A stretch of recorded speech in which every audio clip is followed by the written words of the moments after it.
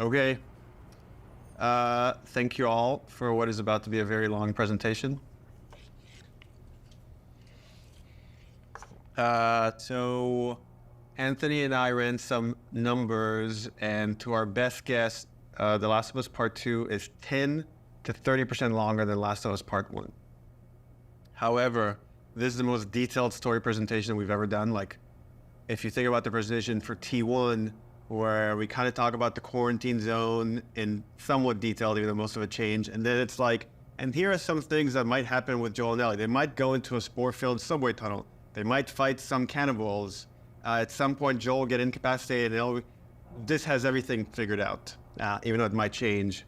Every character is accounted for. Every cinematic is accounted for in this presentation, which means it's going to feel twice as long as the first game.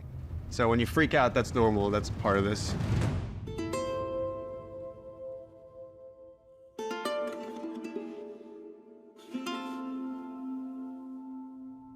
Oh, this is about an hour and a half to 2 hours. So hopefully you got your pee break.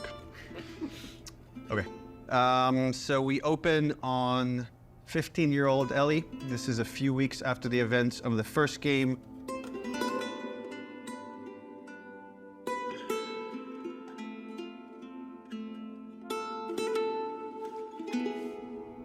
There's a doorway leading down to this basement. And Ellie sees Tommy, and he's just finished climbing out of this basement, and he's hurt bad, and he's rambling about something, needing to go after these people. Ellie's trying to ask him what happened, where's Joel, and he doesn't make any sense to her, and she starts to go downstairs. Tommy grabs her hand and tries to stop her, but he's too weak. She rips her arm away, and she heads down. And with each step, her heart races faster and faster as she sees this trail of blood. She opens the door, revealing Joel's mutilated body. And then shock just sets in, and she screams and tries to grab his body, and Dina comes and rips her away, and on that cacophony of sounds, silence.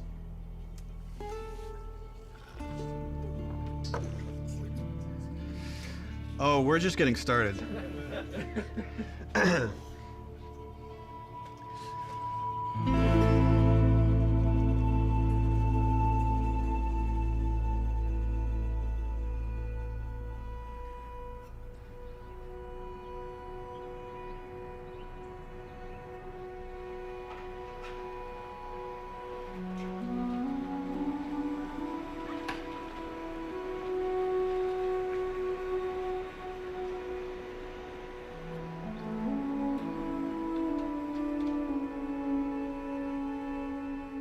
I've been working on this game since we finished, well, really been thinking about it since we finished The Last of Us. So many people were like, Last of Us 1 is so perfect.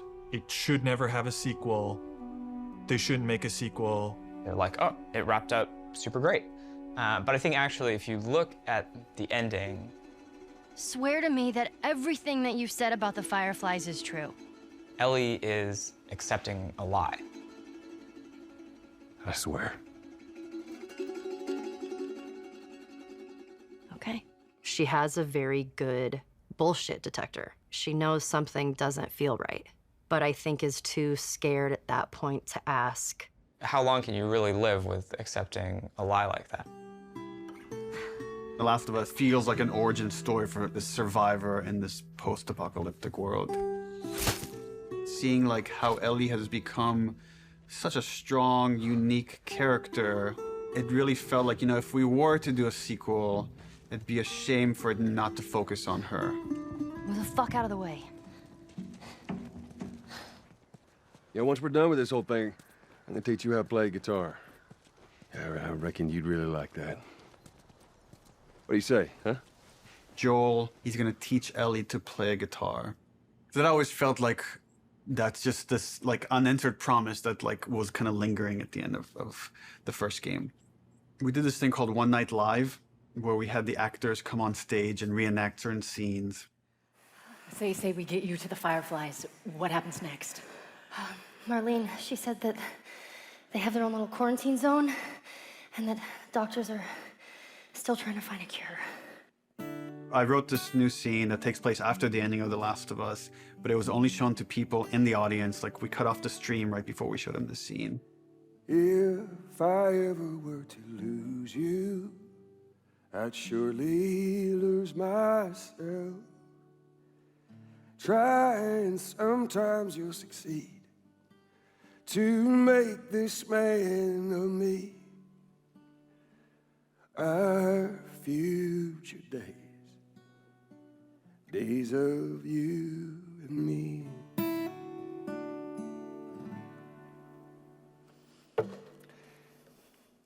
She's yours. No. I don't know the first thing about this. Hey, I promised you I'd teach you how to play. That scene ends with Ellie holding the guitar and playing one note. And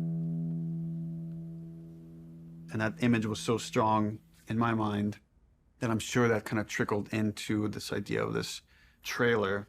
So I started working on some concept art, kept fleshing out the story.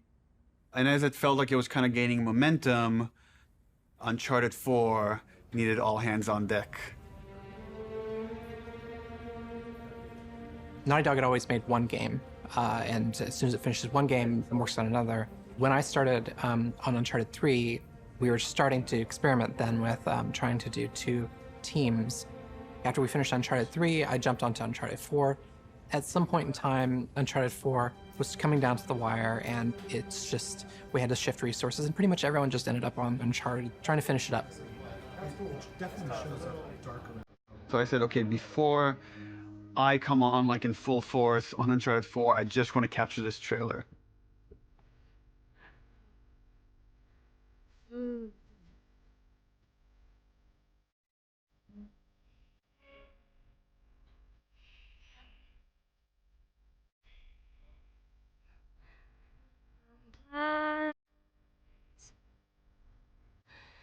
Said I walk beside the still waters and they were,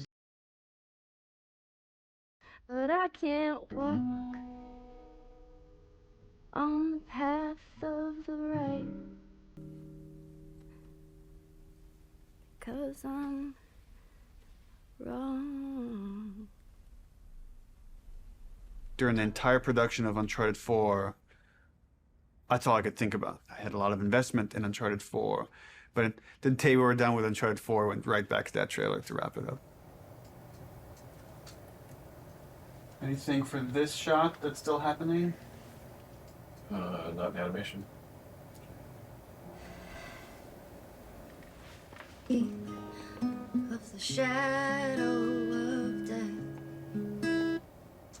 This one feels kind of strong to me. Drawing a lot of attention. Can we tone that down? Yep.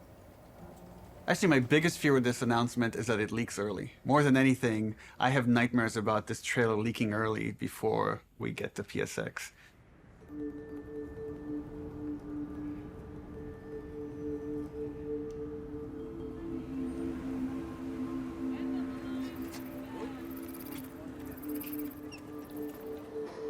If we're gonna surprise people, PSX, the PlayStation Experience, hasn't set itself up yet as a place where big titles get revealed. That's E3.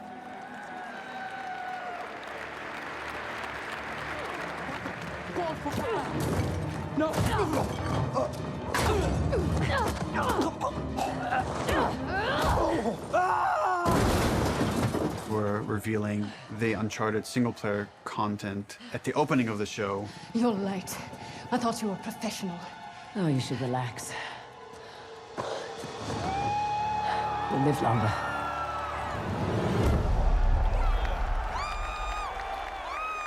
No one's going to expect a second Naughty Dog title to be revealed in the same press conference. Please welcome to the stage, Sean Layden. There's one more special unveil we have for you tonight. Please enjoy. When we first revealed The Last of Us, the Naughty Dog logo came up and the crowd erupted, and it was such a high that that's almost been like chasing the dragon, like wanting to recapture that feeling. Oh my God. Why does this look like The Last of Us, dude?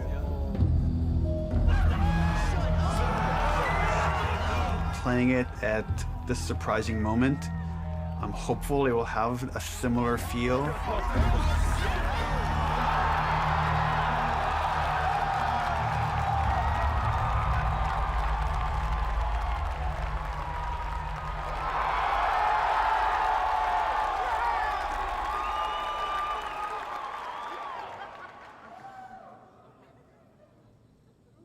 you doing, kiddo? People outside the studio have such an attachment to the first game, and I've definitely seen fears about not wanting to make a sequel because somehow if it's bad, it will tarnish your feeling about the first game. I'm gonna find. And I'm gonna kill. Every last one of them. We're doubling down on those fears and not calling it The Last of Us some subtitle. It's The Last of Us Part 2 to say it's all one story.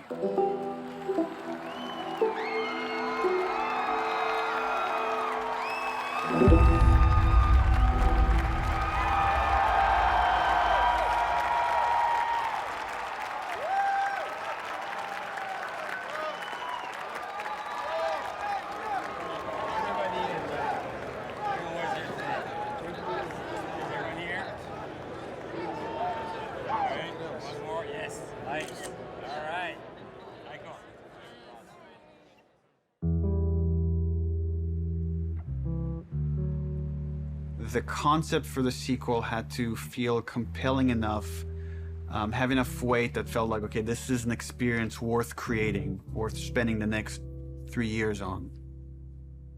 I became really intrigued with the idea of the cycle of violence and how like certain events would trigger acts of violence that then would beget more acts of violence. It's almost never satisfying. It never brings the person you love back. And despite you thinking it's going to bring some closure, it doesn't. We just need more empathy. Wouldn't it be awesome if we could create an experience that lets you safely explore those feelings? With that theme, all of a sudden everything fell into place and this outline emerged. The whole catalyst for what starts the second game is Joel killing the doctor.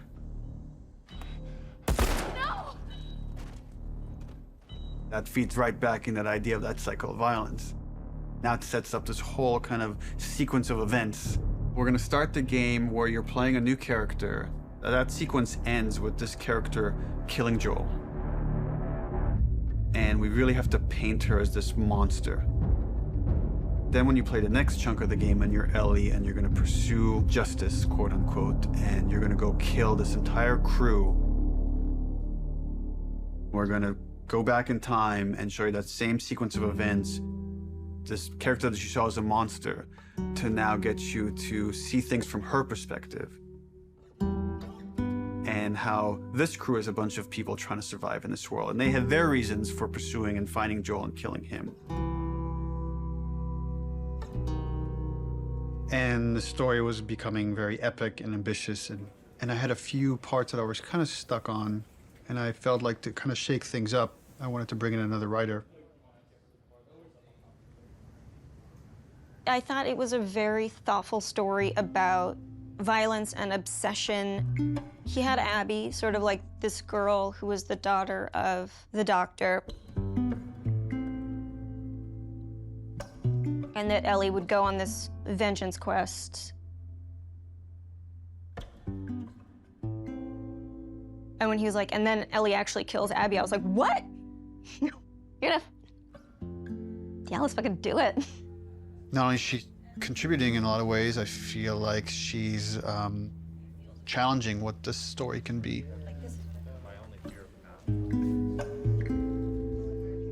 She's wanted to add more romantic intimacy between the characters. Those are areas that I've been, I don't know, more uncomfortable writing that stuff.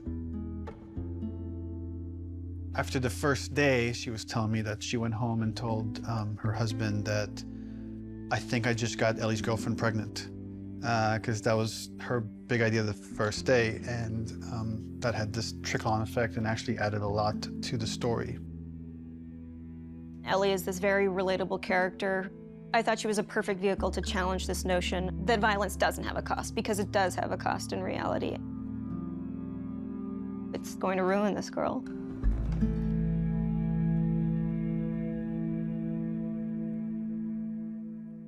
You know, people love Joel and Ellie, and we are about to kill one and make the other one a villain. I was very nervous telling Troy we're gonna kill off Joel. In the first game, he was advocating that Joel should die. When I read the ending to part 1, I was like, you're gonna piss a lot of people off. Let me go. Marlene is the closest thing to a parent that Ellie has had outside of Joel. You just come after her. A lot of people got hurt, and Marlene would be one of those people.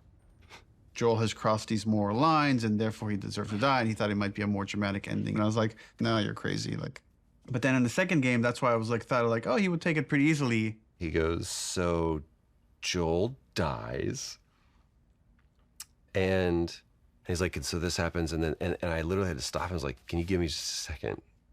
Because it literally was as if someone was telling me about how my friend had just died. I think he kind of took it hard. It was like the character meant so much to him.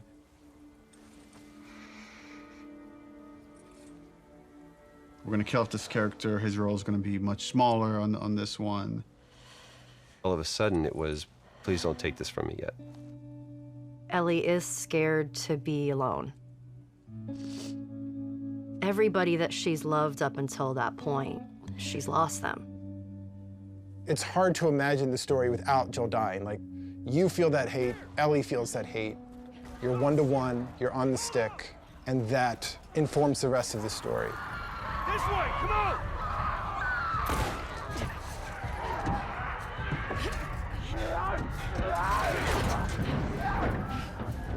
You okay? Yeah. We get you through interactivity to really connect and empathize with this character. Y'all act like you heard of us or something. And then make you feel like, I've led Joel to a trap.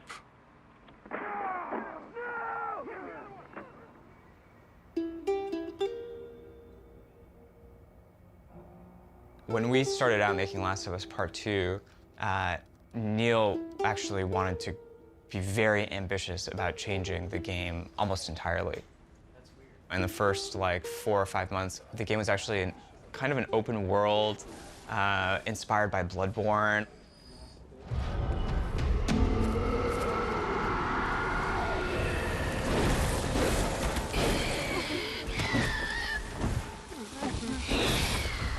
And it was purely melee focused, it was all hand-to-hand combat.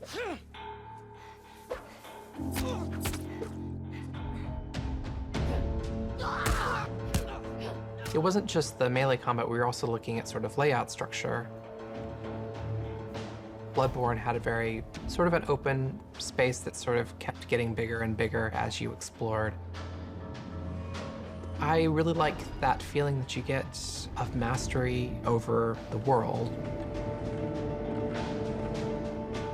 It starts to become kind of almost a character in the game itself. And so that was also something we were looking at. We started out making it as different as humanly possible from the first game as we could, and then kind of dialing it back. The open world thing didn't work with the story that we were trying to tell and stuff. So in pre-production, we spent a lot of time just doing setups. Self-contained sort of units that tried to expound on a single sort of idea. Trying to start out with sort of simple shapes and building up to more complex shapes. And starting out with 1 or 2 mechanics and building up to those mechanics. Hey! Even our experiments, we try to add as much context as we can. We establish a goal that you're going to be going for. We establish beats so that there's an emotional journey, the stakes are raised. Figuring out some traversal stuff, a lot of climbing and balance beams and seeing how far we can sort of push in that direction without it getting over the top like Uncharted. More sort of verticality, more use of grass and stealth. My name is Arnaldo Lisea. And what do you do here? I do design. I know. How long have you been doing that? A day. I got an opportunity to work in QA, and that was That was a great learning experience. I shipped The Last of Us and Uncharted 4. The thing I'm proudest of is the people who came in to a quality assurance job as a contractor, which is entry-level work, and used that job to get to where they ultimately wanted to be. When I interviewed for the QA position, I specifically said that my goal was to be a designer. He had formed this relationship with design where they knew they could rely on him, spending his free time designing a demo, and at the same time, him going to them and not being like, here's 50 bugs you need to fix. He went to them and was like, what do you need? How do I help you? What kind of bugs do you need? And for their part, they embraced him and were like, why don't we show you how to lay out nav mesh? I am anxious to prove myself. There is no babying when you start. It just hits the ground running. If I don't cut it, I go back to QA or find something else. We're trying to figure out at the moment how we handle big spaces, bigger than the first game. The enemies are so, too spread out to be really considered like one single small encounter. And seeing what behaviors we need to start developing for them to make it look good.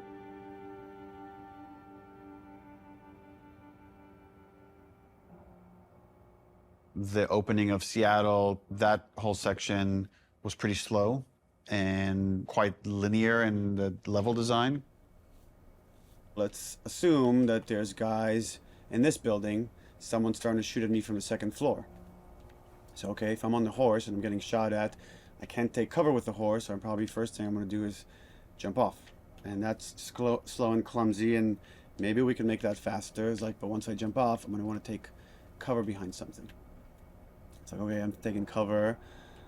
Now what the fuck do I do with this horse? I assume the enemies are gonna shoot at it. If they don't, that's kind of weird.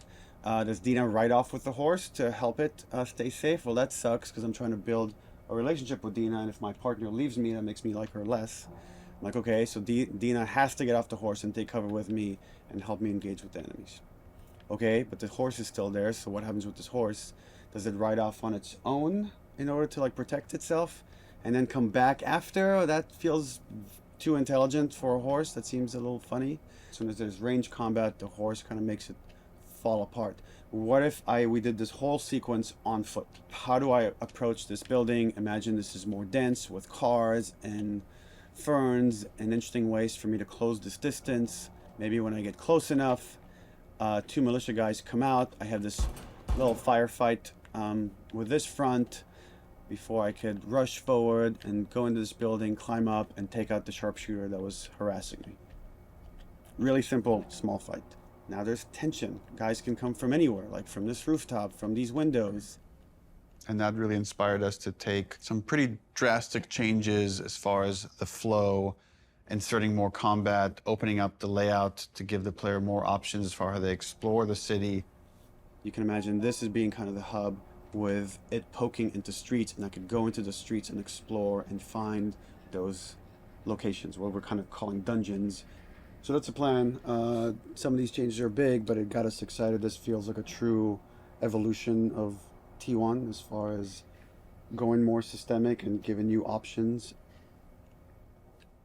If there's concern, it's about scale, it's about scope, it's about can we actually build this thing? The scope is always bigger than the last game. It always has been. It always will be, probably. But this scope on this game is something pretty extraordinary. Everyone seems to agree that the thing we're building is going to be cool. Once it's done, it's just that it's such a big game. Our games have become more and more ambitious, and the studio has gotten a lot bigger. When I started here, we were 40 people. Now we're over 300. You can't handle that many people with a flat hierarchy. As we grew, we've had to introduce new titles just to control management, control communication, make sure things don't fall through the cracks. We have no producers at Naughty Dog. There's so many talented people here that you can rely on and lean on. It makes the game better. And that's really kind of the secret sauce of Naughty Dog, is how collaborative it is. You find the right people who really want to do the best they can possibly do, and then you kind of give them the resources to try. you're getting what you asked for as a creative person, right? You're kind of getting the freedom to go as far as you can go, but sometimes I think we need to be saved from ourselves a little bit. With The Last of Us 2, there's a real sense of opportunity. This is going to be a much cleaner production than we've done in the past. We're going to get it right this time. This is the first project that has had the proper pre-production period where we have locked down, for the most part, the story beginning, middle, and end before we started production. That hasn't happened. I don't know if that has ever happened, now that I think about it. It's a very, very messy process, which is, again, why it's a lot of times really difficult to schedule. I think right now we are planning on springtime of 2018. So when springtime 2018 comes around, The Last of Us 2 isn't in stores, you can look back at this and say, well, I guess their plan wasn't exactly set in stone.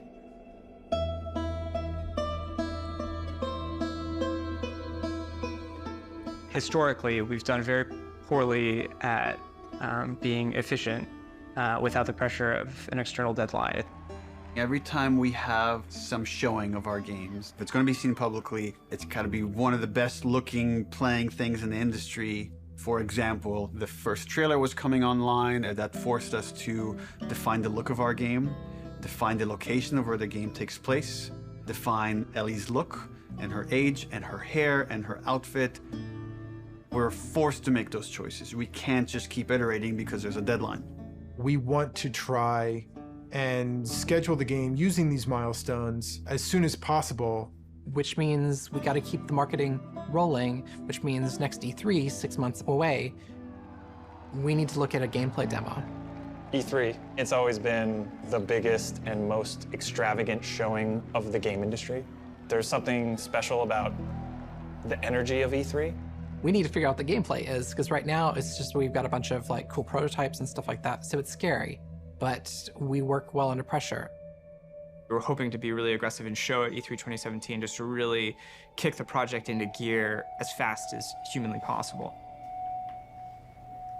We want to break it up into a roughly 2-minute cinematic, a flashback sequence that will set kind of emotional context for what will then go into a 5-minute gameplay sequence. We want to do this festival within Jackson. Like there'll be like a live band and we're just seeing people lively having fun. And for the crowd, are you thinking 30 plus people? Frank says we could do a 30 variation. I think we can make that work with 30. Yeah. Dina pulls Ellie onto the dance floor. Ellie's dancing with her, is making all these guys jealous, and then Dina says, "You want to make them really jealous?"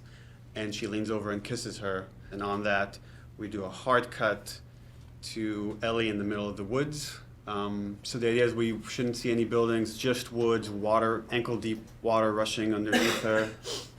What about rain? Are we still doing rain? I haven't discussed it with the other guys, but...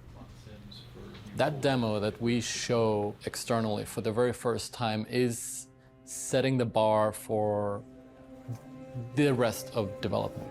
But the problem is we're also working on Uncharted 4 Lost Legacy. So E3 is June 13th, which means probably we want to be done, what, like 2 weeks before that, which is 4.5 months from now. With Lost Legacy shipping at around the same time of E3, there are shared resources between the two projects. Especially sound and particle effects, so they were all on Uncharted. When it comes to the polish phase, both we're polishing this and that same and SPDLC at the same time. I don't think there's any specific item that needs to be worked on, but I think there's going to be programmer time doing both those things. And there are going to be times when it's like this needs polishing in E3 and this needs polishing in SPDLC, and like we're going to have to compromise at times maybe. We kind of just didn't have it at the forefront of our minds that, yeah, they're frickin' shipping a video game. It's literally the hardest part of making the game is shipping it. And we were trying to ship a demo, the second hardest thing you can do, at the same time and sharing a lot of their resources. So one thing would be helpful is to find out what are the items that you feel like you're most worried about. Like let's say rain. We could do this thing without rain. So if that helps you a ton, we can make the decision not to remove rain. It would definitely help. How about wet hair? Well, if she's going to be swimming, then we can get around that, right? How about no swimming? Puts on a cap. I got like a really clear energy of the meeting, which was how do we shrink it? It was such an impossible task. You can't help but start feeling some doubt, some anxiety about the leadership, not understanding the logic of it. You know, I think like anybody else here, I was definitely ready to roll up my sleeves and figure it out. Alright guys, we're gonna try to keep this pretty short. I guess.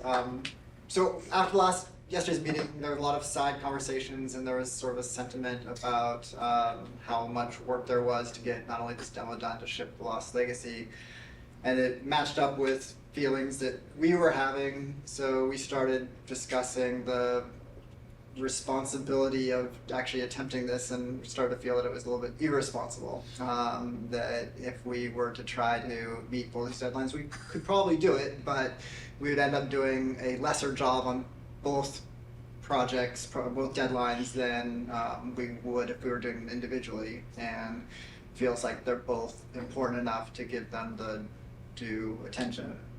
So the conclusion that definitely is there is that the demo that was discussed yesterday will not be presented at E3. Does it mean that our main point should be just focusing on more shipping before? The Lost Legacy? Yeah.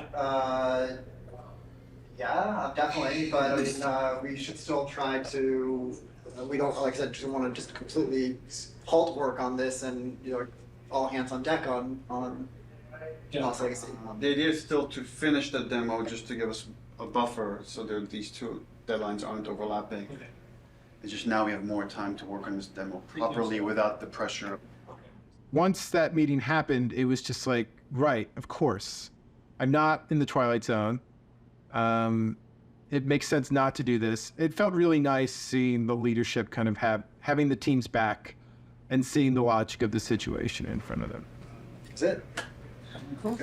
Thanks. Okay, so are you pissed off? Am I pissed off? No. What am I? I guess in one sense it's relieved because there was concern of whether we could hit the quality that we know we need to hit for both Lost Legacies and for what was going to be our E3 demo. And then on the other hand, it's kind of disappointed because I was excited to get this demo done and get it out there and get the reaction, but now it's going to have to happen at some other point. What we've decided to do is deliver the demo at around the same time, but that's going to be purely internal, and the demo won't be 100% shippable. Gameplay and design and animation are going to be locked in June. Then we back off, we finish Lost Legacy, and then resources free up to finish the particle effects, the lighting, and the sound. And then we ship just the glossiest, best-looking demo you've ever seen. We burn that to a disc at the beginning of January, and then we don't touch it again, and nobody sees it until E3. It's going to be really interesting to see if we can really, really commit to being done, 5 months, 6 months in advance of E3, and not be tempted to say it could be a little better, let's go back. And we really just need to have the discipline not to do that. But that then left us as okay, what's our next marketing beat? What are we going to show next from this game? So now we have a new plan where we're going to release a cinematic around PSX time. I think we're going to do it at the Paris Game Show. This seemed like a pretty intriguing scene to introduce Abby. That whole scene is going to be our next marketing beat. And then we're not going to say much about it, about how this fits into the game, where it fits into the game.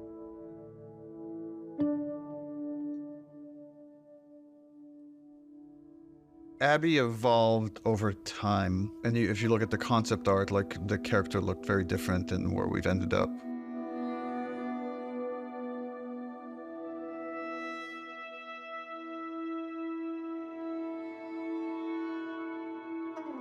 I don't remember at what point we decided to go with someone really kind of muscular and broad, but I remember once the idea came up, it felt very fresh.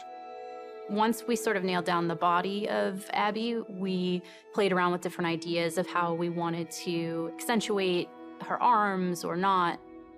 And there's something interesting in Abby feeling a lot like Joel.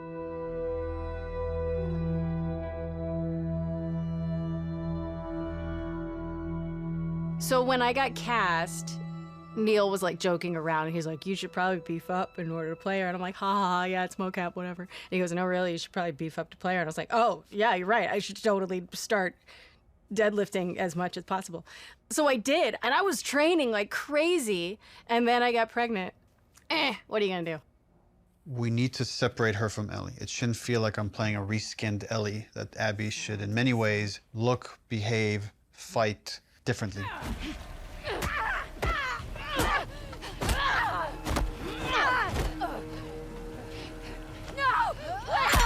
So in gameplay, we've discussed, well, she needs to have different upgrade trees.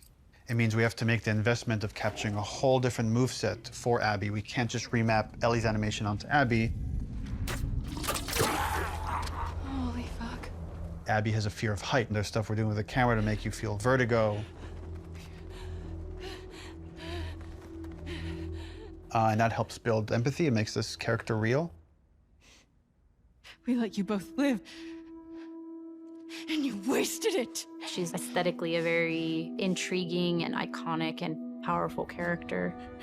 Abby, who are these kids? They saved my life. Can you take a look at her? Once she's killed Joel, what is Abby's motivation? What is she trying to achieve? Her redemption is really taking care of Yara and Lev, these two kids that are from a warring faction. You know, she has been taught to hate them. There is an inherent xenophobic reaction to them. It's about saying, can you come to love your enemy? Scars built all this? Seraphites. Yeah, I was gonna say that. These are kids that grew up in a very different context as Ellie, and, you know, how they live their lives and experience the world is totally different. Got you a present. I'm getting really attached to Lev. He's been able to keep his head up despite losing so much himself in a world that is so harsh. We're taking too long. Can't move any faster. I won't do your sister any good if we're both dead. I really like his dynamic with Abby. Her having this, like, fucking brassy little sidekick who calls her on her shit in a way that nobody else can. What's going on between you and your friend Owen? Oh my God, Lev, now? It seemed really awkward. Just go. Who understands the sort of sense of being orphaned in the way that a lot of people can't. How long have you two been on the run for? 2 days. What the hell did you do? I shaved my head. They want to kill a little boy because he shaved his head. I am not trans, so it's a very delicate thing to tell a story of an experience that I've not had. And that's something that we want to take seriously. Did you hear what they called me? Yeah. Do you want to ask me about it? Do you want me to ask you about it? No. Okay. It's really about trying to create a multifaceted character who is trans, and that is absolutely an important part of who he is, but also a part of who he is, not the whole of who he is.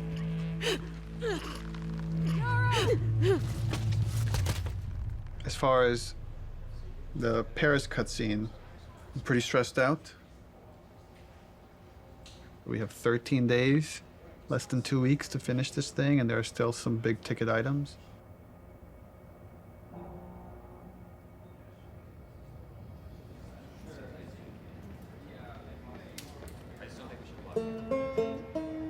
Lost Legacy turned out to be a much bigger project than we originally envisioned, but now that it's done, everyone is now on board. We've got the Greenlight demo done. She's putting on quite the show.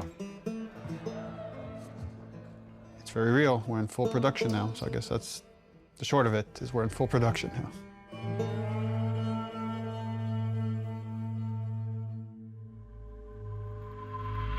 Hey everybody, PlayStation's live at Paris Games Week 2017. We've got a huge show for you starting now.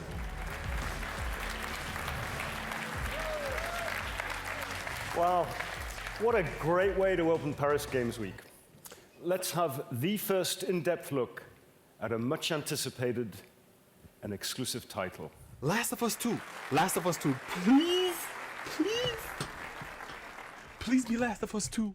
Our fans, they want to know every last thing about what's going to be in this game. Is this The Last of Us? Neil has taken the way, he kind of creates an arc or like this sense of drama, this kind of sense of mystery or like dramatic tension, and crazily has brought it to marketing. I view marketing as part of the game. It's very calculated what we put out there and how we want you to connect different marketing assets. When we first released the teaser trailer, too many people right off the bat said Joel is dead. The blown out light really fucked us in a way I don't think any of us saw coming.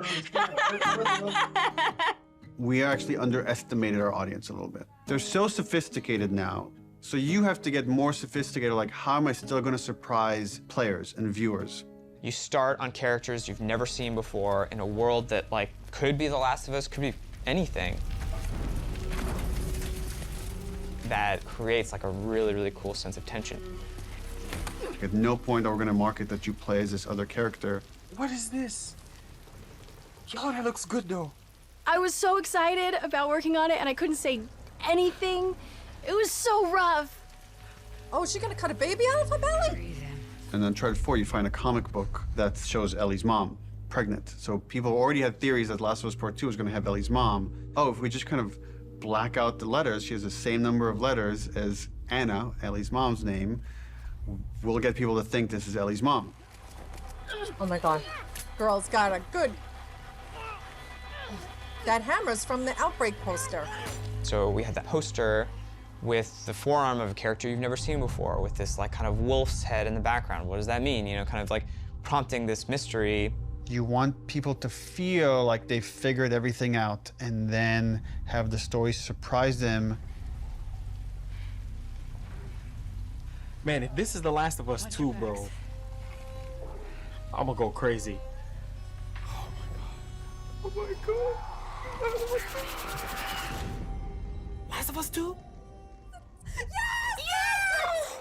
Yes, bitch! Yes! I fucking knew it!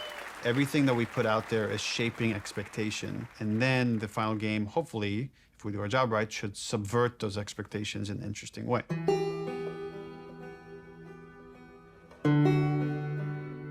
We knew we were pushing boundaries with that cinematic. We are making a violent game. We're not going to shy away from how violent it is. It is part of what we're trying to say. And I thought it was a great discussion initially about what is the appropriate level of violence. When is something so violent that it just turns you off where you just don't want to experience it at all? I like that they were wrestling with those things. I didn't like some of the insinuations about the trailer being misogynistic towards the female characters. I don't think this story ever glorifies violence against women. There's no bias towards women or men. It just so happens that the two protagonists of this story are female, and therefore that's what you're going to see the most of. There has to be fail states in video games, which means a character has to be capable of being hurt. So does that mean that there can be no female protagonists in video games? Because that feels super sexist to me. And frankly, like, women are the victims of violence, and don't we want to see women fucking fight back once in a while?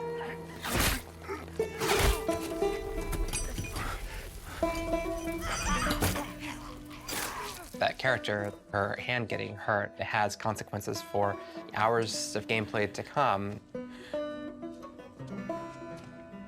One article even like asked the question, were any women involved in the making of this? And it's like, yeah, the co-writer, the lead character designer, the lead character artist, all the actresses that worked on that scene. I am so fucking... Here's what I hate about that article. I'm sorry. Do a modicum of fucking research, just a modicum of research, just like a little bit before you put something out there to suggest that no woman could have worked on this because of the level of violence, because there was violence against women, because it is a video game. is so fucking sexist. I like watching graphic violence. Does that make me less female? Like, I like having a conversation about what power is. Does that make me less fucking female? I like working at a video game. I like playing video games. Does that make me less fucking female? Like, suck a dick. Don't put that in. I can't. I can't. Neil's gonna say put it in, but don't. I also don't represent all women, but I represent, like, I can represent this and say, I fucking wrote this. I wrote this. Like, I literally wrote the sentence, and then Yara eviscerates eviscerates his esophagus from his throat. I wrote that sentence. That is in the script, and I fucking stand by it. I'm afraid of being turned into a token rather than the truth, which is like, we're being thoughtful about the female narrative. These characters are more than just their vaginas. If you want to have a serious debate about feminism and feminism in video games and female depiction of violence, and you need to not see it as a binary conversation. It is an incredibly nuanced conversation. You cannot make blanket statements, and you cannot make presumptions. Fucking do your homework.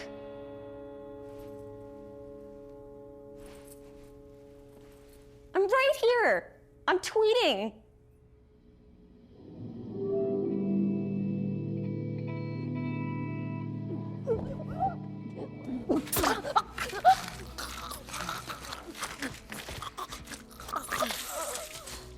The tone of the violence in the game has always been important to portray as realistically as possible. Our job outside of just drawing up concepts is really pushing our reference pipeline to make sure that the character artists are getting the most realistic examples of whatever they're working on. We can't find certain things, so we make the reference ourselves. Simulating rain on wall. 1, 2, 3. How does that drip fall down? What does canvas look like when it's soaked in blood? Splashing blood on them, dripping blood on them. Nice. We put down some wet mud, pooled blood onto it to see how blood would react to a wet dirt surface. So there's like little pieces of grass and like twigs and things that carry through, like there's actually movement following the edge. One of the animators got a piece of lamb and we stuck it in Yara's shirt sleeve and hit it with a hammer. Here we go.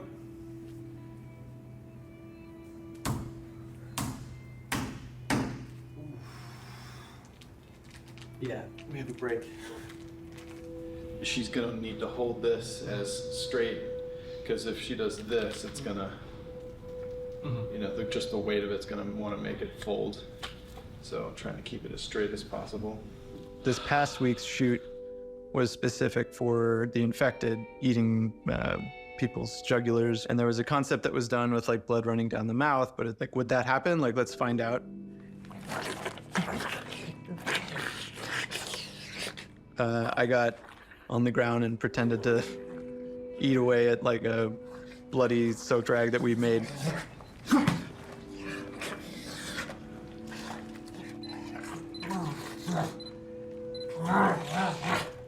It produced some pretty surprising results because like most of my face got covered in blood. Look up a little, John, but yeah. Teeth? People here will go to that length of trying to make sure that things feel as real as possible. Yeah, we do a lot of crazy stuff here. Nobody gets hurt, but it's really hard to see these characters that you spend so much time with and, for lack of a better word, kind of like, you know, birthing into existence, tortured and abused.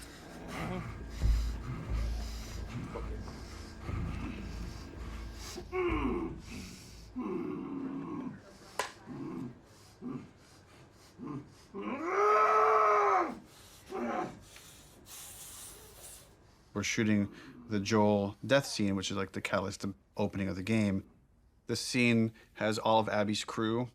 It's a complicated scene because it's the most actors we've ever had in a single shot. Y'all act like you heard of us or something. It's because they have.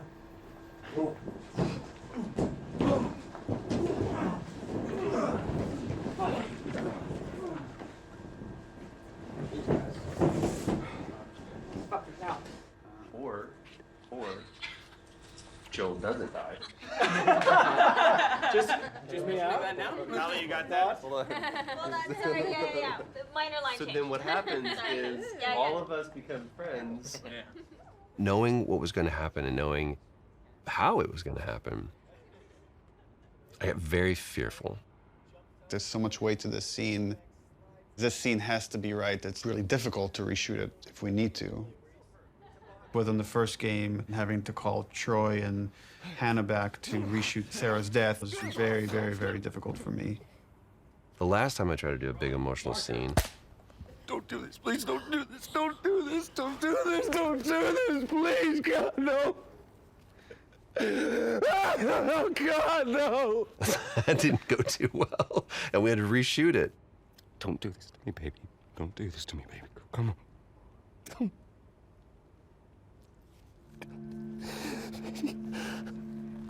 How the hell am I going to play this? Like, how are we going to do this? I don't know if I can do this. I don't know if I have the chops. Am I going to put Laura through this? Because I know how hard it's going to be on her.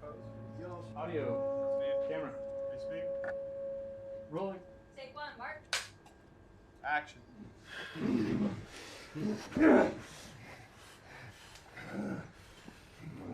Joel Miller.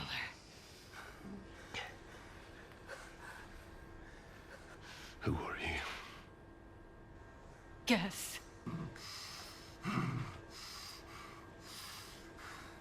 Why don't you just get out whatever speech you rehearsed? Get this over with.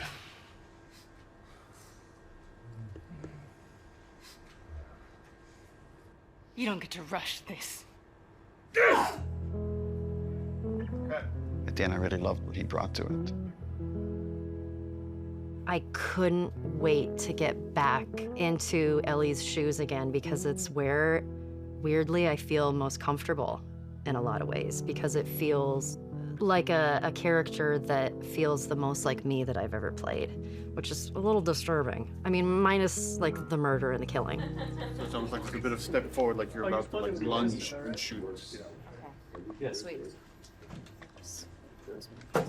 The biggest change that has happened since the initial pitch is Ellie is there when Joel is killed. It used to be she came across the body, and then she had to rely on Tommy's testimony of what happened, and we shifted it, which made it much more dramatic and intense for her, and I think puts more of it on screen and again, allows you better to understand why she needs to pursue these people.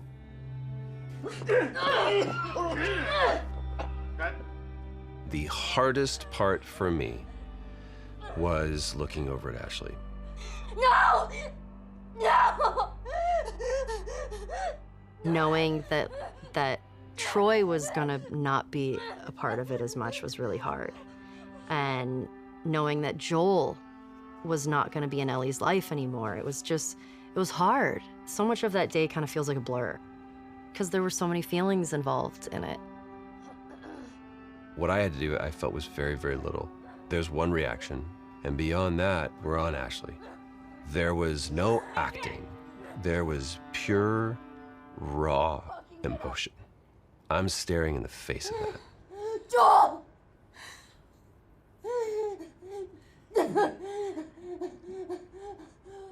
Why are you doing this?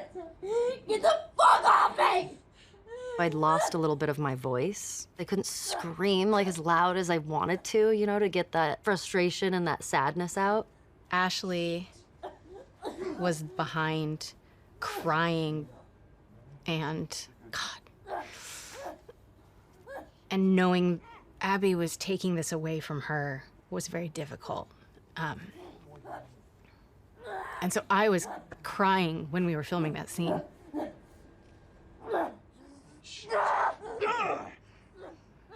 Yes, it was very emotional.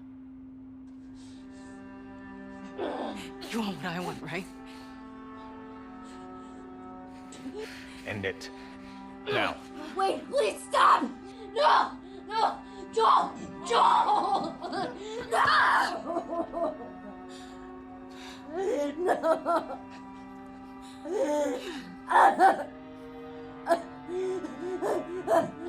We want him to die in this really unforgiving sort of way. Like, it needs to feel senseless for you to say, fuck these people, I'm gonna pursue them to the ends of the earth and make them pay.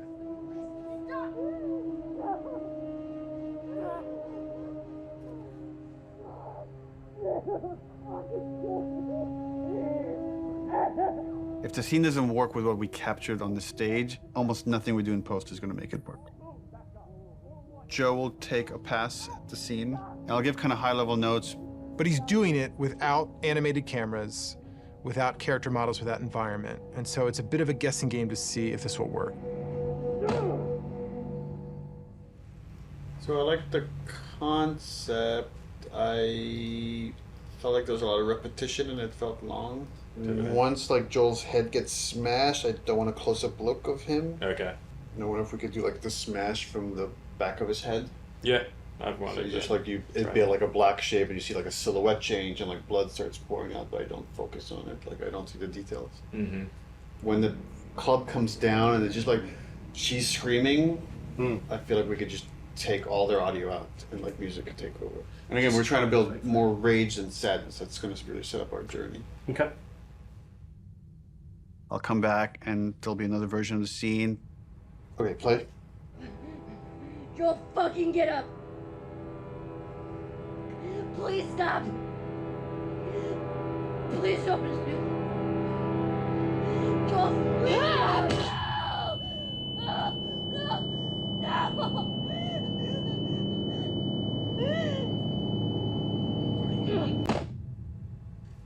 Overall, it's fucking awesome. Like I got emotional just the part where before he gets killed. It feels so fucking tense.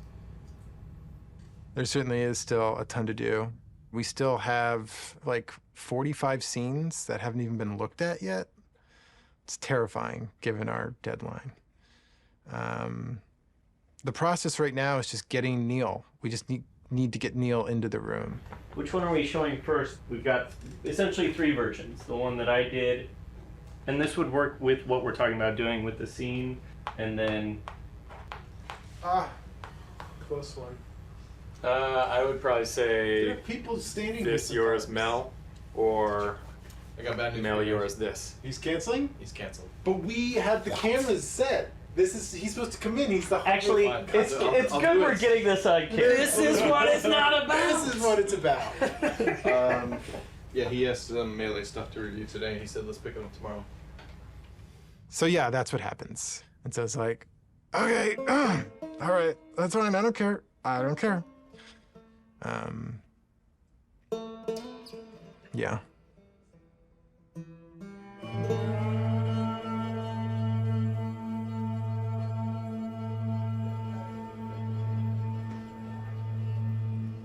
I get called up to Neil's office one day.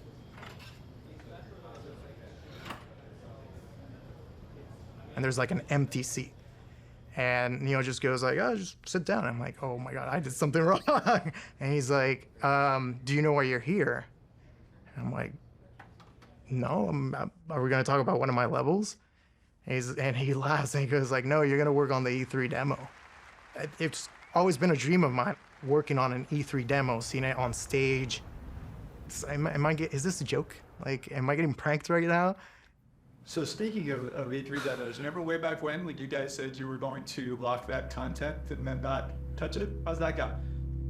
Well, and then we ship just the glossiest, best-looking demo you've ever seen. We burn that to a disc at the beginning of January, and then we don't touch it again, and nobody sees it until E3. Well, I think we knew at the time that we weren't going to not touch it. It's going to be really interesting to see if we can really, really commit to being done and not be tempted to say like, it could be a little better, let's go back. Because the game's been making progress for, the 10 months or something since we locked that demo down. A lot of advances have been made, a lot of new ideas, new mechanics, and we really just need to have the discipline not to do that. Honestly, it feels like we are addicted to being late. Okay, we're starting. I don't know exactly what we're gonna do today other than come up with a really long list. We're trying to limit it to an hour, so we'll be done at 4 no matter where we're at. Looking at the cinematics first. Because we did it so early and had a rough version of it a year in advance, we got a bit complacent.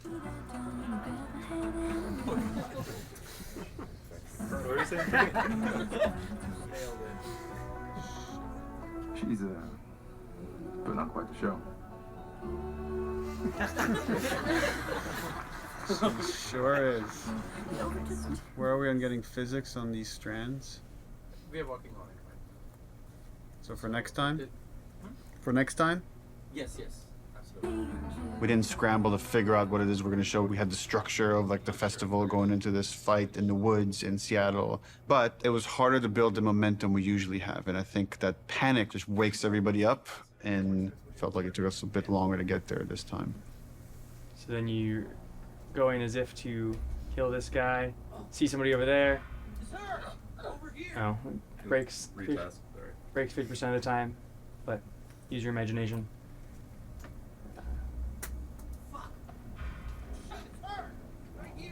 Daniel, going a bit slower, give him some time. Okay. The animation is breaking the melee system. Okay. So, like when he starts, yeah. So I'm confident in the demo if we finish it. I'll be frank, it's not looking great. All right, this is totally broken. For next week, let's make sure it's all there so we could actually review it. Yep. Okay, thanks, everyone. I feel like this demo is cursed.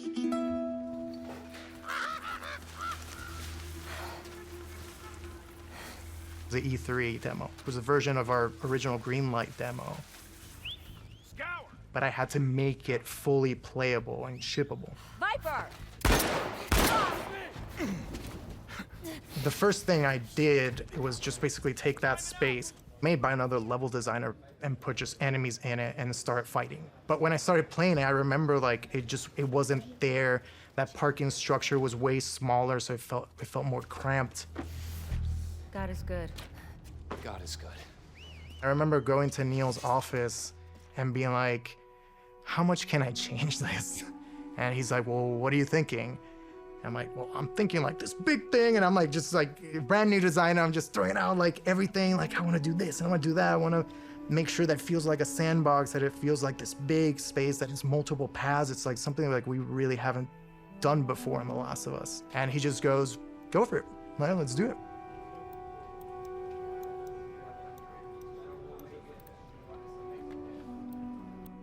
We picked a location in Seattle that essentially is probably the hardest lighting scenario we would have to pull off in the game. I wanted to get the overcast look nailed because so much of the game's dependent on that. How do we pull off this look? Can we pull off this look? Everything felt a little muted, and we were losing kind of that next-gen quality of our engine. Like for a second, we actually turned the sun on in the demo. But we lost the mood of that overcast kind of blue look. That moment was really rough for me. Just felt like years of my life that potentially would have just been like wasted on this pipe dream of a look. Well, we were struggling, like last summer, it was like a fine balancing act. Is this whole thing just gonna crumble? Like, is the whole direction like now gonna have to change for the game, not just this demo? Have I steered this company wrong? Took some really big iterations and tried some crazy ideas, and we came up with kind of a hack. We talked with the programmers and found a few settings that actually gave us exactly what we wanted. It was really like one thing.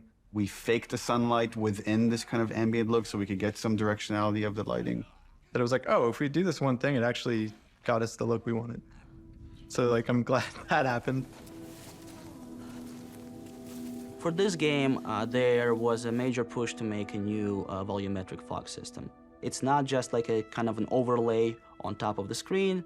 That's why it's called volumetric. You feel the volume of it. It's gonna be a little bit thicker near the ground, right? Because there, you know, you will see grass kind of getting through it. Fog also allows you to see the light.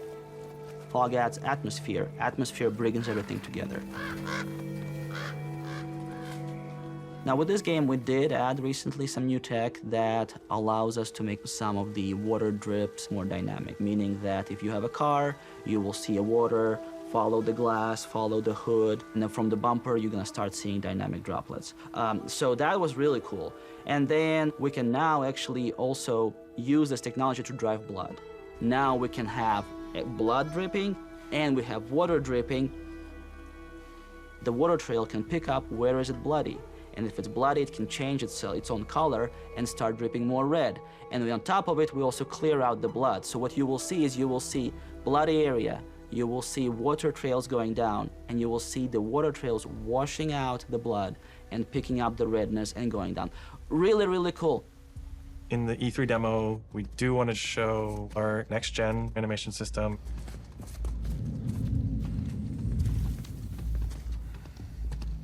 One of the biggest animation upgrades that we wanted to add to this project was motion matching.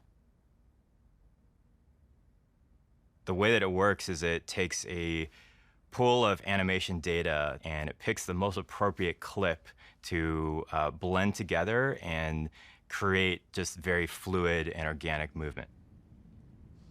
We want these characters to just feel grounded and believable in the world, properly shifting their weight and moving the way a real human would.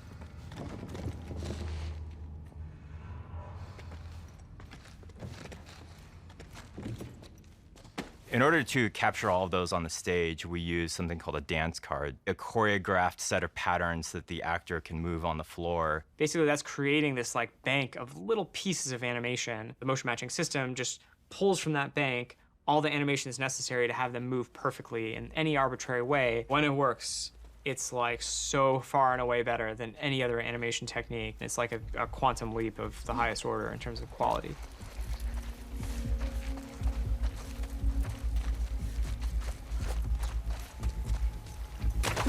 Any one mechanic is not maybe anything you haven't seen before. It's the combination of how it all comes together, the way it works with the animation system. The new stuff we're talking about is like, oh, you can be in grass. She went into the grass. Watch yourself. Like one of the biggest things we do in the demo is jump a gap. It's tough to be like, oh crap, you can jump, you know, like it's like, but it's new to our game. We have to have the best prone mechanic of all time. Yeah, no one's ever seen when I aim in prone and she actually like rolls up on her back and aims like this. Like it can never clip through geometry. Being able to rotate 360 in all directions.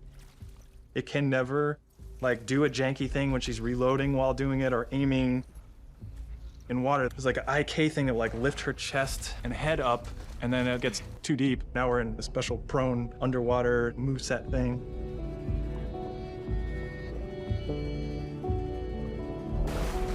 Her chest and arms and everything are kind of matching ground plane.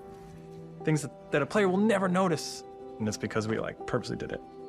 There's no such thing as like, oh, you know, it's not as good as, you know, this other game's one, but like, it's fine. It's gotta be like, no, it's fucking Naughty Dog. We have to have the best version of the thing, whatever that is.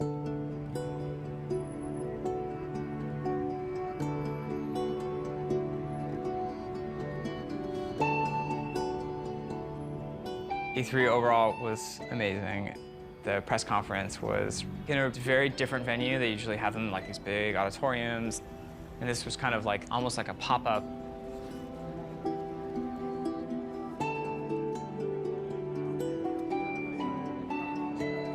It was more like a theme park idea, but it's like in a parking lot, in a tent, in Los Angeles at downtown. They had built the whole crazy church thing, which was pretty rad. It was super cool. It was better than we expected.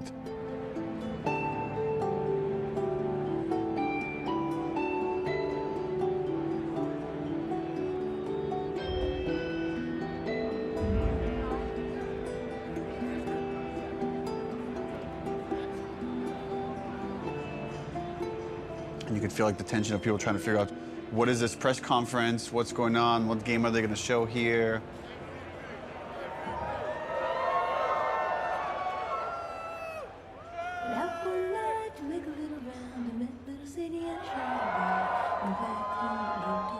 On the Naughty Dog logo, you get this big cheer. On the Ellie reveal, you get this big cheer.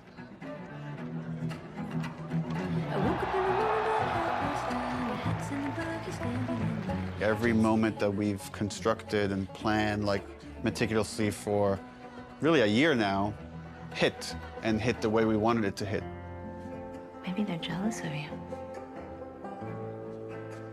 I'm just a girl, not a threat.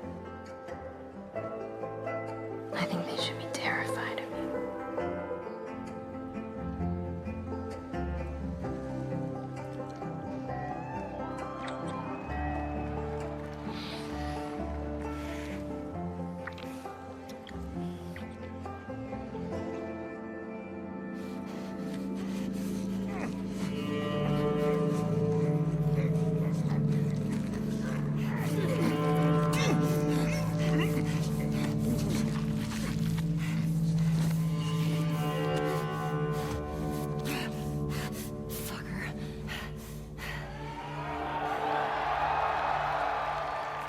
One of the biggest reactions was when the HUD came on.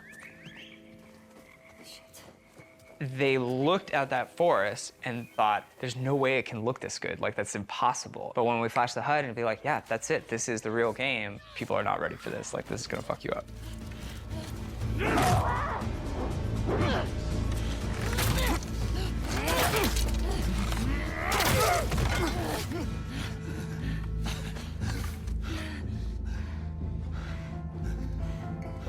See, I told you. They should be terrified.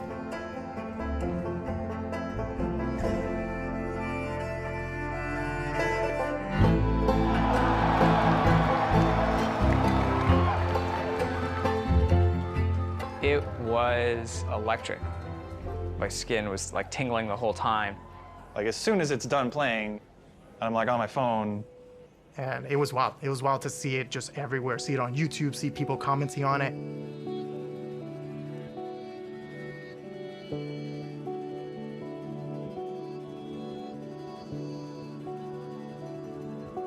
But it was a really special moment.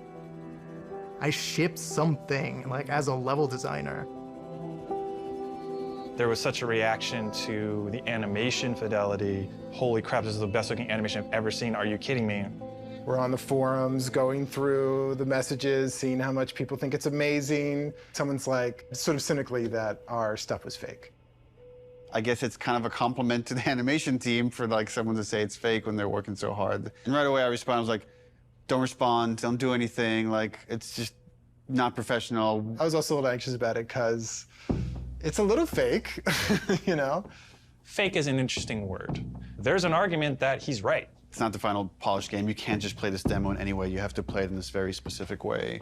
But before we even show the demo, it's like, let's not put anything in there we feel like we can't do. There was no thing of like, we don't know how we're gonna do that. It was just, we literally just don't have it systemic yet. You know, like systemically, a guy pulling you out from underneath a car, we didn't have that hooked up yet.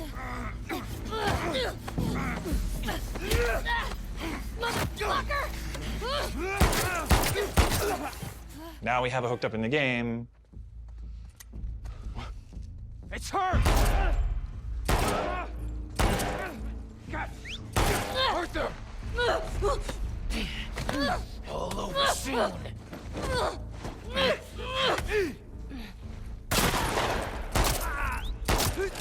Ultimately, as we're building the rest of the game, if anything feels like it's not the right call for the game, we don't mind changing it. Like we had certain things in the demo for the first Last of Us where like Joel picks up a pistol and takes out individual bullets from it and then pockets it. And like we could have done that, it just took too long. So for gameplay purposes, we cut that out. I was talking to other animators and they were like, yeah, man, they think it's fake. They have no idea, like it's awesome. The same animators who made this demo are gonna make the final game, so like, I don't know what you're talking about. They were confident, which I'm glad. We knew what what we were doing and we knew how special it was. It was a little bit of a microphone drop to the industry. And for many, it was inspirational, and they were excited to be able to add some of those details to their games and their future games. And for some of them, it absolutely freaked them out to see this might be the new bar that's expected for other games to follow. Part of me is like, oh shit, like, they're fucking calling us out. It's like, we have to deliver this. Like, we always were gonna, but now it's like people have called us out, so we have to do a full body throw animation when you pick up a bottle and you're running, and not just a partial animation because that guy fucking called us out.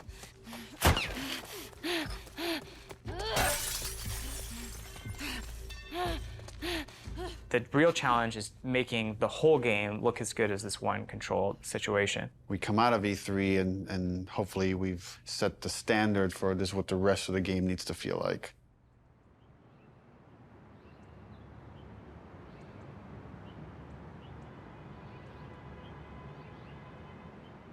When you already know exactly what you're supposed to do in the game, you've memorized everything, it's hard to have a true experience with it. You have to bring in people from the outside to play it fresh.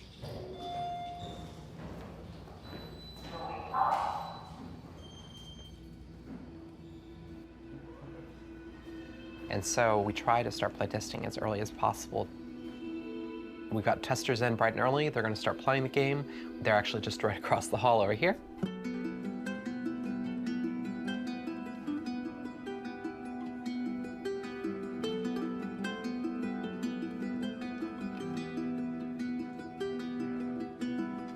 It is a fire drill.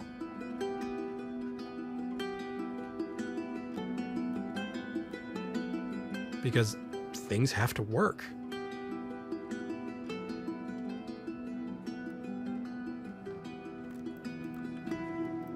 So I'm currently watching the 10 people that we have in at the moment focus testing. We've got all of their screens up, so I can kind of watch all of them at the same time, generally keep track of any kind of recurring patterns or how long people generally take in certain areas. They do things we haven't thought of. And it really shows us where our holes are. It's like, maybe I should change this. Maybe I should try that. This player's pretty lost, trying to figure out this puzzle here, and they're trying to jump on a truck. He's got a really awesome solution here where he's putting this plank on a dumpster, and now he's moving the dumpster around. So we'll probably have to go in there and like try and fix some of that stuff up, but we'd rather figure that out now than in 6 months. For things like puzzles like this one, that although they're figuring out the puzzle, they're actually not doing it in the kind of order that I'd like. What would be better is if they came into the space and realized, okay, that's the thing I need to be like climbing up to or getting to, and then they can kind of work backwards from there and go, well, if I need to get there, how do I get up? Oh, I can get up on this thing. It's quite heartbreaking when you see people who are like really confused or don't get it, and it's something you think like it should be obvious, but it's not at all. But it's good data. We've had a few people on the team that have been really passionate about making our games even more accessible for people with different kinds of disabilities and making sure as many people as possible can experience our game. Accessibility is something that like really touches a lot of people. As we get older, pretty much all of us are going to have probably some sort of accessibility need. It's important to welcome people with disabilities into all of our public spaces, into our shared culture, and that video games are a rich part of that. I love this, that you don't have to have like a 2-button feature to keep her crouched down. This is awesome. I love that. Brandon Cole, he said, I heard you announce this game. What do you think about the possibility of someone like myself being able to play it? And Brandon is blind. I hadn't really thought about that before. I don't even know if that's even possible, but I want to try because that sounds interesting. If you click on the L3 button, it turns the screen and the character towards your next objective. So you're able to sort of instantly sort of flip. It was very much inspired by the talk you gave last time you were here. I figured. Hopefully That's a beautiful thing. We had this feature that let you navigate along the Golden Path. And we also had this other feature. You could like put out this sonar pulse and you'd hear where all the items and enemies were located. But Brandon was playing that and it was like, this navigation feature is great, but I don't want to just follow the Golden Path. I want to navigate to other things. It kind of occurred to us like, oh, we can combine these two features. We can let you scan for items and then navigate to that item. This gives you more room if you do it this way for different types of sounds for different types of items. You know what I'm saying? Yeah. Different sound for ammo, different sound for parts, different sound for explosive, different sound for keys. Or you Craftable and collectible. Yes, yes, exactly. Right on. But since we want to hunt for secrets, just like anyone else, you're also going to want to know that, hey, there's something way over there. Players with disabilities still want to have challenge. It's not about just making an easy mode. So what happened there was an auto vault. So you pressed into a wall and it automatically vaulted. I feel happy about this. This is an example of actually the good part of the studio culture, which is self-empowered, that I think allowed us to do this crazy thing, this thing that, you know, I couldn't tell you if it makes business sense to some degree, but it was something we were passionate about and interested in. It was a way we saw we could make the game better. It was something we saw we could like push the frontiers of, and we went with it.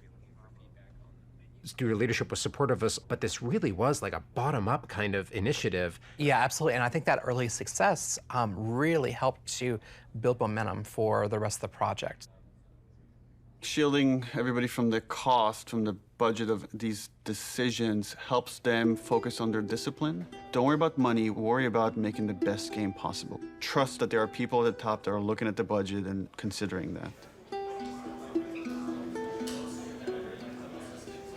At a certain point in the project, we start offering dinners to the team. And it's kind of like an acknowledgement of like, okay, there's a lot of hard work to get it done.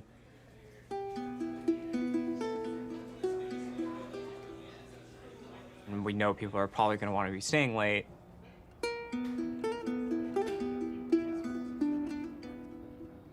Now we are crunching. This is crunch.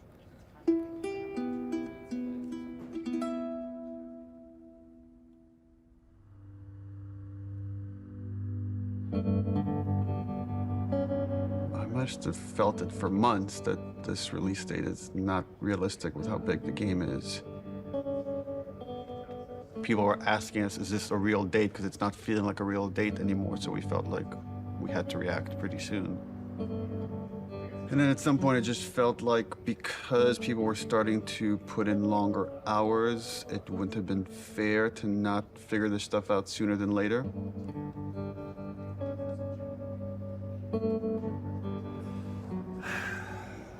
We're never gonna finish this game. If you work hard for longer, that could have a toll on you. We tell everybody, pace yourselves. It's like, it's a marathon, it's not a sprint. We settled on a February release date. Leave some gas in the tank. Right now, we are dancing a very intricate and dangerous dance. We have something like 6 months left to finish the game. And we are also showing a demo to the press. The longest playable demo we've ever done. 2 separate levels of the game. A level towards the beginning of the game where you play with Dina on patrol outside of Jackson. And then the second part of the demo is in a level that's super duper challenging. Ellie by herself, murder mode. So what we're doing for the press in 9 weeks is really those 2 levels of the game. It's unlikely that we're going to need to touch them again until the game ships. That was really the only kind of demo that we could do at this point that would still help further our production goals as well as give us this like marketing boost that we need. The more we talked about it, the more we convinced ourselves, okay, this would actually be a good time to just put out a trailer. Building these 2 major demos and a trailer next to the rest of the fucking game. And it felt impossible early on. I mean, it's the thing that's always hard for us to polish. You review these things and we're looking at all these tiny details. It's like, Even that shot of Jackson is like, where should the trees be? How much fog should there be? How much sun should there be? How should the sun hit the clouds? How we get all these civilians, the kids, do they have the proper gear? Are they wearing the right clothes? Is the tractor leaving tracks on the ground? That kind of crazy detail can only come through all these departments coming together and rising to this occasion to achieve that kind of level of quality.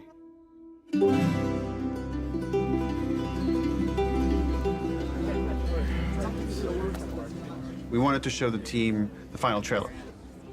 Before we show you the trailer, just to say thank you to everyone, we jumped from doing a 3-hour demo to this trailer where we had almost nothing, and it's like pretty amazing what we can do when we all come together. In fact, it's so amazing you can forget, and I've been here for a long time and I can forget. So to remind you, and maybe reignite some of that panic, we're going to show you 2 trailers. One from exactly a month ago, and one from about an hour ago when we wrapped up the trailer. So enjoy. Look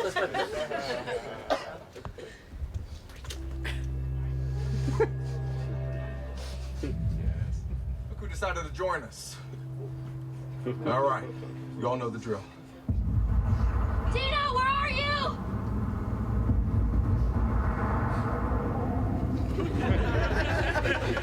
You think I'd let you do this on your own?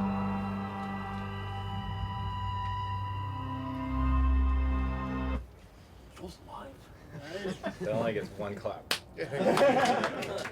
Keep in mind, this is what the whole game's going to look like. We're going to make it this awesome.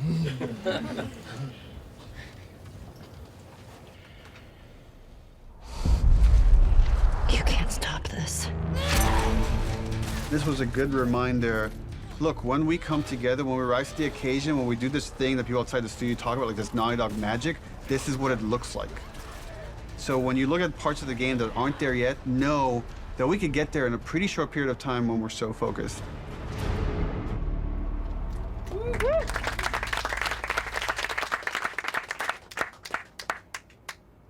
The date was the scariest part of it. We got the trailer done. We'll talk to you.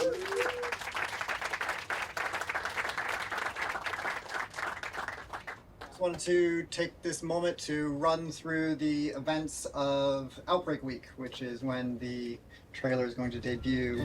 We are going to be having the big press event in Koreatown at this giant warehouse. We're actually having 80 journalists from all over the world come. We made sure very comfortable chairs for 3 hours.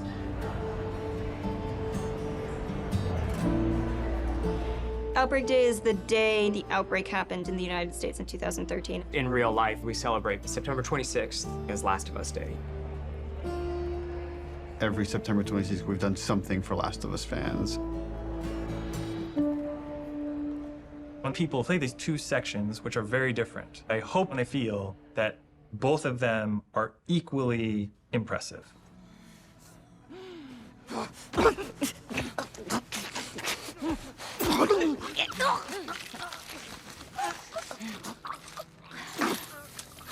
When you play that first demo, you're like, that was incredible. Oh my God. This could have been the whole demo. This could have been the whole thing. It says enough about what the game is. And then you play the other half, and it's like way more mechanics heavy, way more combat heavy. Keep going, boy.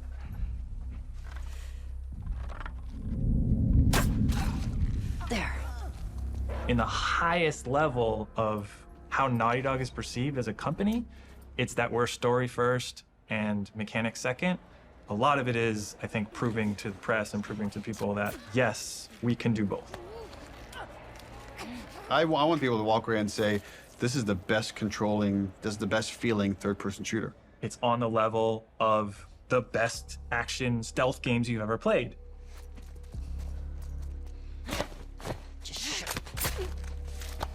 So one of the things that I've always found really exciting about The Last of Us is the kind of fidelity with which we represent human intelligence. One of the ways that really helped make them feel more human and more alive was the way that they used their body language to communicate to each other. Everybody spread out. We may have multiples. We had a number of sessions where the animation team, design team, and programmers all got together and we acted out a number of scenarios. And what that does is it gives us really great reference and touch points that we can always look back to about the way that we naturally behave, the way we naturally respond to each other. And those are the types of details that we want to weave back into the game. Someone took out Zoe! Who the fuck's out there? Sweep the whole goddamn street. Our NPCs are named so that you understand these people have relationships. They want to get revenge on you. It's this little mini loop of the whole premise of the game. Omar!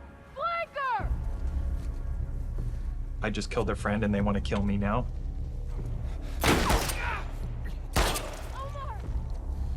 There's a cost. You killed that person. His friend now feels a loss. You know, his dog is now alone.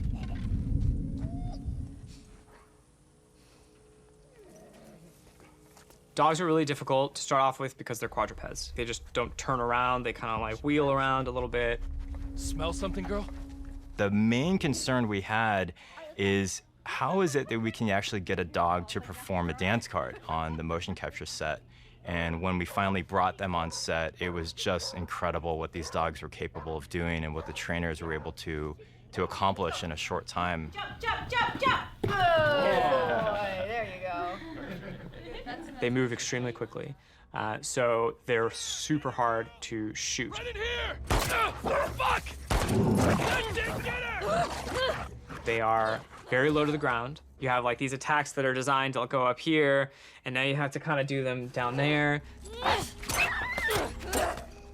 Killing a dog has gotten people more like upset than anything else in the game, than hanging people, than eviscerating people. We're gonna break new ground in dog murder.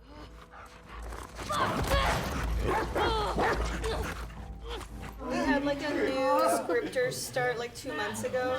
First question, she walks into the middle of the room. I have one question. Does the dog survive? And everyone's like, oh no, first day, first day, first day, first day. Oh,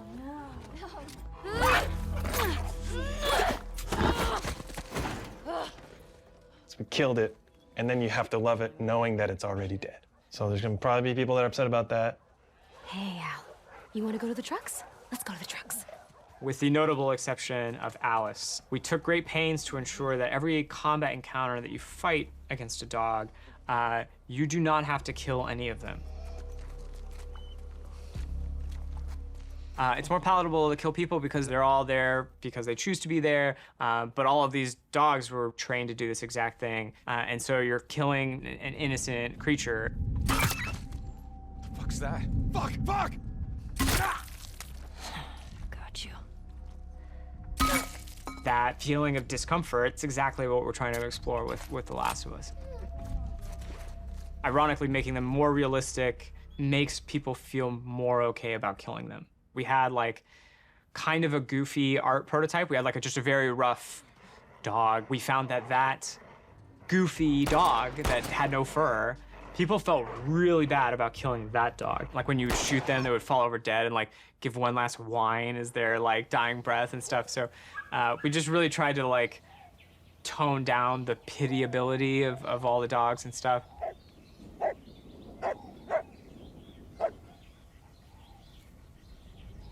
The best sound in most games are the stuff you don't notice. The Foley in the game is extremely detailed.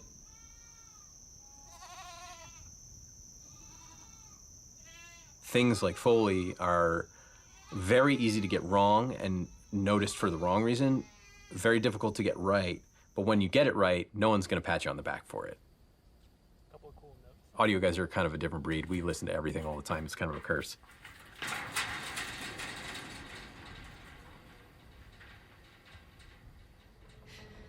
Our ability to use pre-recorded assets from a library that's like commercially available has been diminished almost entirely because we have very specific needs. Do one more of those.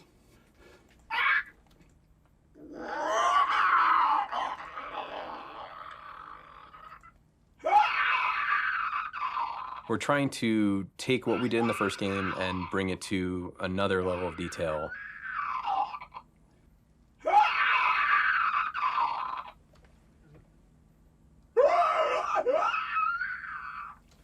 Yeah, play with that a little bit. Like mixing that tonality in is cool. Yeah. The enemies themselves, especially the infected, have had to go through a review process. In the first game, they're pretty coarse. They're basically like on or off. They're either walking around mumbling or they're freaking out trying to get you.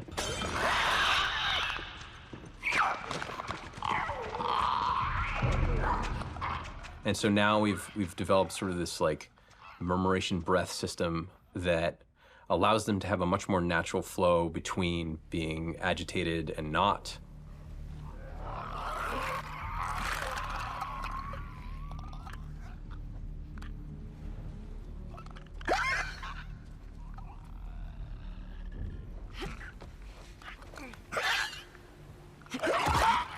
A big part of those recording sessions is working with the voice actors. It's much more collaborative. Yeah, that's cool. I kind of want to see what your more natural voice sounds like. You're basically trying to coach people that they're not zombies. Yeah, now imagine sprinting. Like Ready out of breath. No, oh yeah, cool, dude. Man. Yeah, take your time, man. That's really great. One of the folks that we worked with, the sounds he was able to generate from himself was unlike anything I've ever heard before.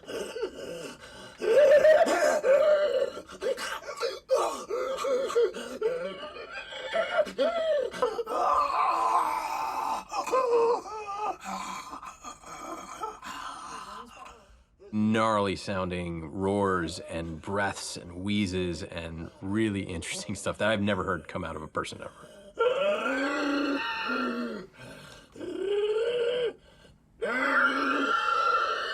Sound is, we're inherently post-production on a lot of this stuff. We kind of just have to be jamming and we have to be as prepared as possible, and that's what we try to do. A lot of stuff is yet to come for us, which means there's not a lot of time left, which means that it's going to get really intense. It gets really intense for everybody, but for audio in particular, we'll be here late.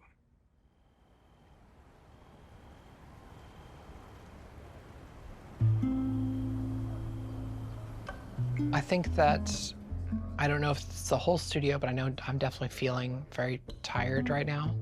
I'm feeling a little burned out.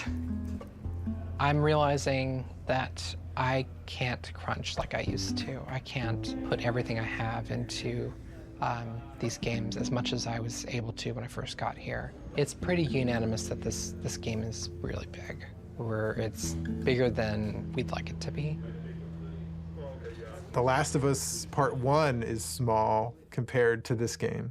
My argument, make the game small again. I don't even call them small. There were times when I was writing like 40 pages of in-game dialogue a night. Neil kept saying, stop, you have to like give it to somebody else. We will hire somebody, we will make this work. And I was like, I think it'll just be, I was just bullishly like, I can handle it, I'm tough. I would like somebody to teach me how to have work-life balance. There are some times where I wish I had somebody in production or a big brother that could be like, no, go home. This is great. This is already great. You don't need to do the next thing. I feel like at any given point, you'll go into the kitchen and you'll find people, what I would say, saloning about the game, like going deep philosophy into what's working, what isn't. People criticizing this or that. This doesn't look good. I don't like this scene. This doesn't work for me. I hate this. You know, like they're going to lunch and like expressing doubt to each other and like, is this gonna come together? Is this the one that like screws Naughty Dog up? Let me just exude whatever confidence I have left. Let me try to bestow this person with it so they can feel inspired and go off and do their work. But then sometimes you're alone in the office and you're like, what if this doesn't come together? What if this is the one that sucks? What if this is the one that sinks Naughty Dog? So then you have to like kind of bury it, compartmentalize it. Who knows what damage it does to your body while you're doing that? Because ultimately, you can't let that fear dictate how you work, and just keep the faith.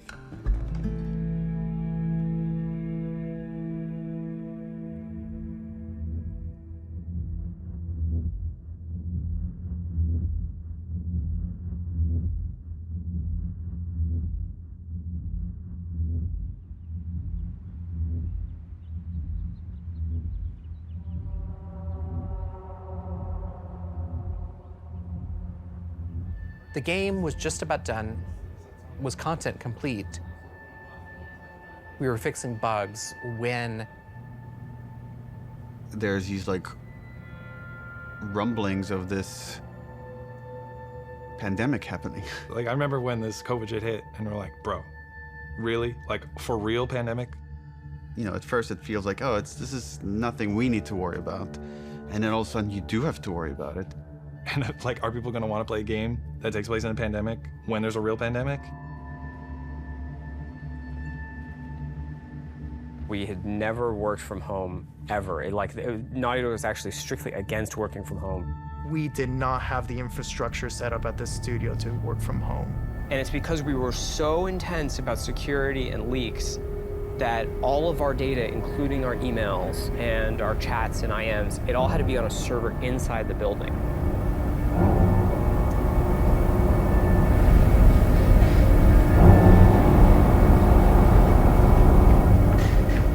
We were like air-gapped from the outside world. The operations team, the IT team, our engineering team, they all had to coordinate in a very short period of time to get us working from home. We don't even know when the game can come out. Sony was like, we don't know if we can physically ship this product with like the supply chain and stuff. We had to come out and say, the game can come out in this date, and we don't even know when it will come out. It's delayed indefinitely. So a lot of our most hardcore fans are angry with us. Around the same exact time, we started having these leaks. We're like, we didn't put out this video. Like, where is this coming from? It's a video from one of our reviews, so you could hear the notes, and people that can't attend the meeting can watch it after the fact. We store all these videos on our server. Did it come from the inside? Someone with a Naughty Dog? My first thought was, this isn't like a developer leaking this, isn't it? This isn't someone on the team. It's this person in the Netherlands downloaded terabytes of videos through a back door in the server. And then this is where we made a fatal error. Let's close this back door. And then this person put out everything. A video goes up on YouTube, and I don't remember what the first video was, but it was something relatively benign. But they weren't like super important scenes. You know, they were like little clips, and it was like, okay, that's a little weird. What is that? All out of order and stuff. And I was like, oh, that's bad. And you kind of wanted to just say, stop, wait, don't watch it. Like, you're gonna ruin things for yourself. There's YouTubers I've watched for years, and they're making entire videos, and the title is like, fuck Naughty Dog. And fuck The Last of Us Part 2. There's just all this negativity and no positivity because no one has played the game. They just have these videos out of context and all these rumors mixed with them. Abby is playable. They thought Abby was trans because she has muscles. Here's the ending if they kill Ellie. And then it just turned into this whole political thing. Oh, Naughty Dog's they're doing this political shit. And then I get this text from Evan. They just posted Joel's death. And my heart sinks. I can't even describe this feeling. It's just this like dread. It's almost like you just heard someone you care about died. I don't know, that's the closest I could come to. I thought Troy would be looking at that and be like, you see, you were wrong. He said, do you think we did the right thing? And I said, I don't know, Neil. I haven't played the game yet. I was livid. I was real angry. I'm bombarded with hundreds of negative comments, death threats, anti-Semitic comments. It's putting me in a deep depression. There's some stupid stuff that's like, you're a feminazi, you're whatever shit like that, but it's like some stuff was really like, you know, disturbing. The hatred, I think that was behind it. I was sad. Like, there were a lot of days where I would just cry. Every time I went online, it was just, that's all I saw was death threats and threats of violence. And the worst of it, the really like hardcore death threats got passed along, and they, you know, made sure that they weren't anyone that like lived close by. Yeah, they were like threatening my son, you know, who was born during all of it. And yeah, it was rough. It was rough. But, you know, more than anything, it just kind of like, it kind of like taught me to kind of keep a distance, you know?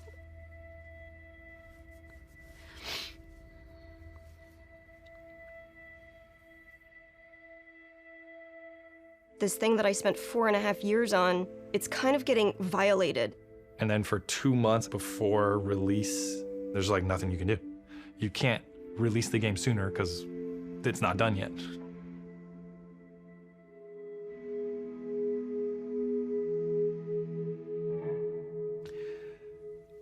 And that was the lowest point in my life.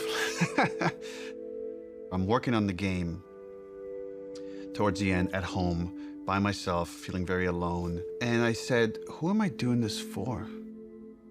Like, why? It's too much. And I barely squeaked by. And then we were able to finish it. And, we sent it to reviewers, and reviews are through the roof.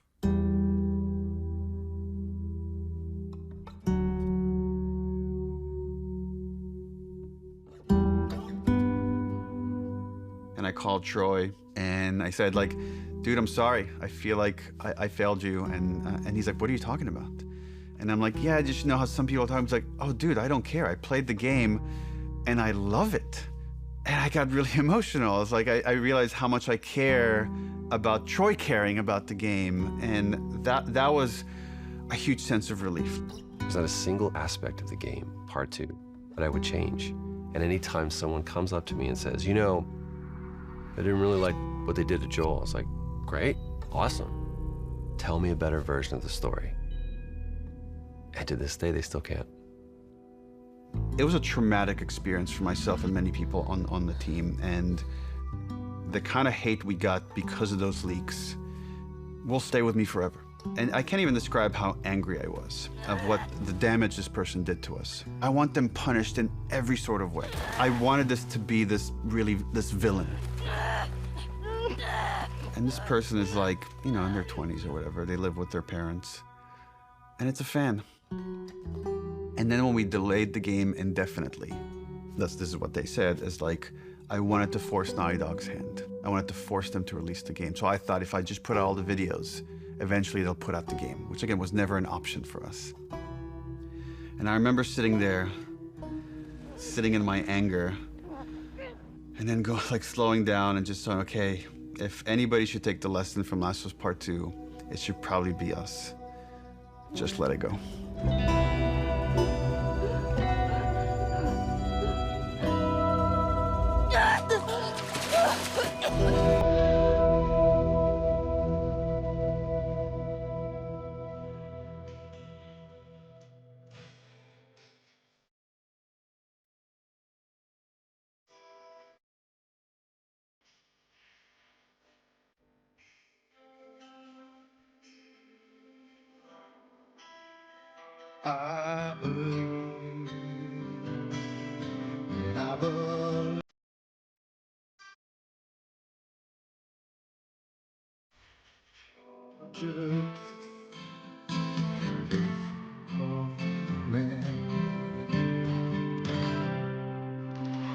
We got Eddie Vedder to play Future Days for the Game Awards. I'm a huge Pearl Jam fan.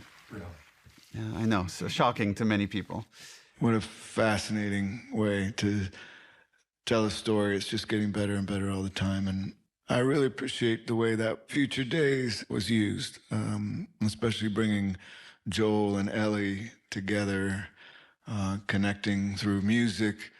It was cool to be part of it. So thanks for having me, and enjoy the rest of the show. How lucky am I? Like, how cool is this? This person that I've admired since I was a kid is now mentioning this game that we all made. And then we started winning award after award after award. I wanted that validation for the team. Everyone at Naughty Dog, I can't wait to hug and high five and get drunk with each one of you. That's gonna have to wait till next year. And more than anything, and I know that I speak for the whole team when I say this, we'd like to thank our friends and family that stood by us and support us throughout us making this game. You inspire us not only to make better, more meaningful games, but to improve how we make games.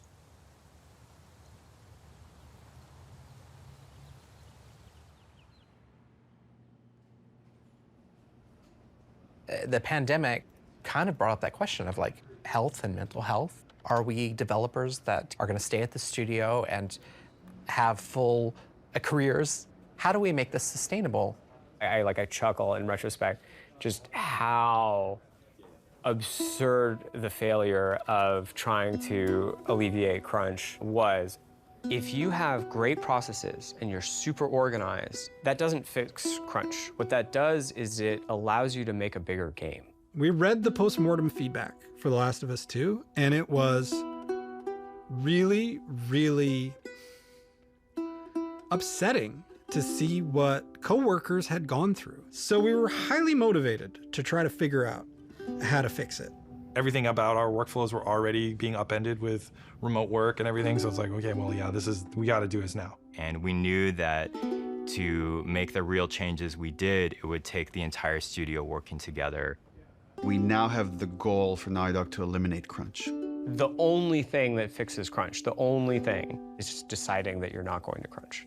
When we onboard people, we tell them, you know, we have a reputation as a studio for crunching, and it's something we don't want. And it's something we're not going to do anymore. First, we had to do, what is crunch? Let's define it. Because when you just look at hours, that turned out to be too simplistic. It's a multitude of factors. It's not just like one thing. It's not just, oh, because of this is what's causing crunch. It's literally like so many of these little things. How do we make sure no one at Naughty Dog burns out? You know, every couple of months, we send out a 90-second questionnaire that goes, are you worried about your workload? Are you worried about having to work overtime? If you feel like I'm overburdened with work, you have to tell somebody. We used to, as a studio, when we were getting close to shipping a game, bring in dinners for the whole studio.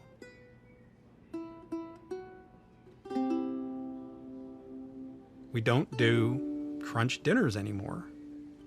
Being able to work from home is hugely helpful for me, from my mental health. Of like, you know, my daughter's there, my wife is there. Hybrid is really the sweet spot because I think the benefits have just been enormous. In the past, our leads, our managers, were the people that were best at their craft, but not necessarily the best managers. So we created the role of principal. We really gave people the choice, like, do you want to make stuff or do you want to lead and manage? And Arnaldo is now a lead designer here. Now I'm responsible for a team, and I really enjoy that, and being able to share that knowledge and kind of work with someone, even if they're more experienced than me, and it's been great so far. We have a very large and robust production department now that we didn't have. Holding us accountable when we make a decision, when it's just everyone going, yes, more, yes, better, yes, polish, polish, polish, tallying that up and going, okay, well, this is the result. Now you're not in your ship date anymore.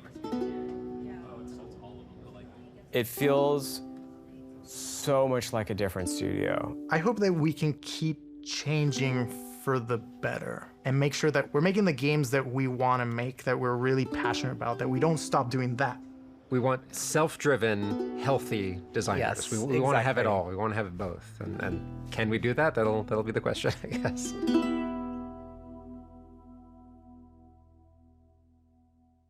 The HBO thing has been a wild ride.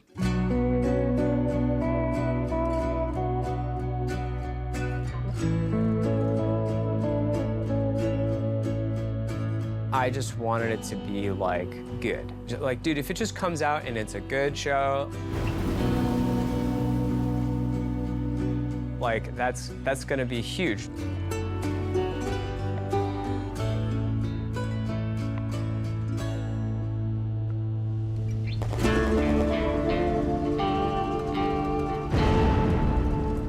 I'm sure it will be very different when I actually see Abby being portrayed. That will be so weird. I can't imagine what Ashley and Troy must be feeling. Specifically because Ellie is a part of my heart. In some ways, it was really hard. I feel like Bella was the only person who could play her. Because I feel like she is Ellie. There's a part of me that's like weirdly protective of her. I remember when Neil told me, like, we found Joel. I was like, he wasn't missing.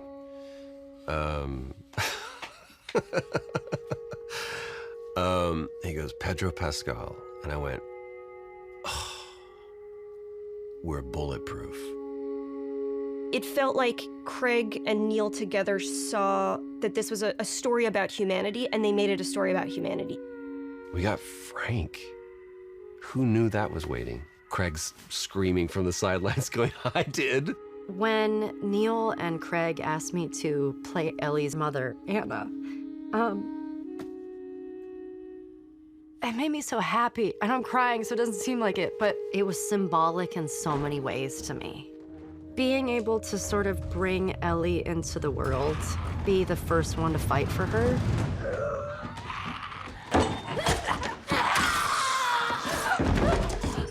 It breaks my heart. It felt like on the other side, we could get this story to people that will never play a video game. My mom is watching the show, and like, she can enjoy this story and she can be a part of it. And she's so excited I'm working on season 2 and getting to see that. I love this idea that someone could watch the show and then realize, wait, that's based on a video game? And come back and check out the game and then realize, oh, there's like all these rich games, AAA, indie, and all sorts of stories that are really unique to this medium.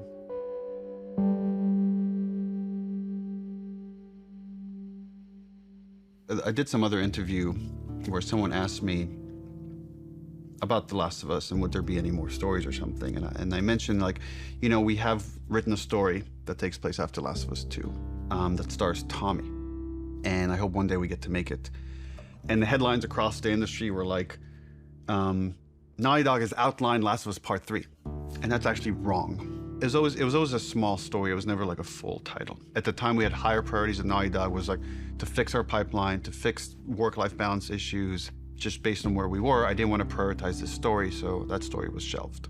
And I still believe one day it will see the light of day. I don't know if it'll be a game or a show, TBD.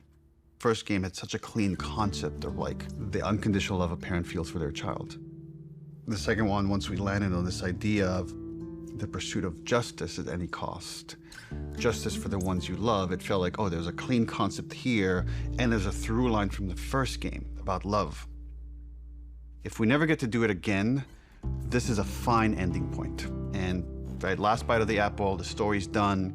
The great thing about working at Naughty Dog is that we don't have to. It's always like, we would love another Last of Us, but if you guys feel like are passionate about something else, we'll support this other thing. Very privileged position to be in. I never take that for granted. I've been just thinking about, okay, is there a concept there? And for now years, I haven't been able to find that concept. But recently that's changed. And I don't have a story, but I do have that concept that to me is as exciting as 1, as exciting as 2, is its own thing, and yet has this through line for all 3. So it does feel like there's probably one more chapter to the story.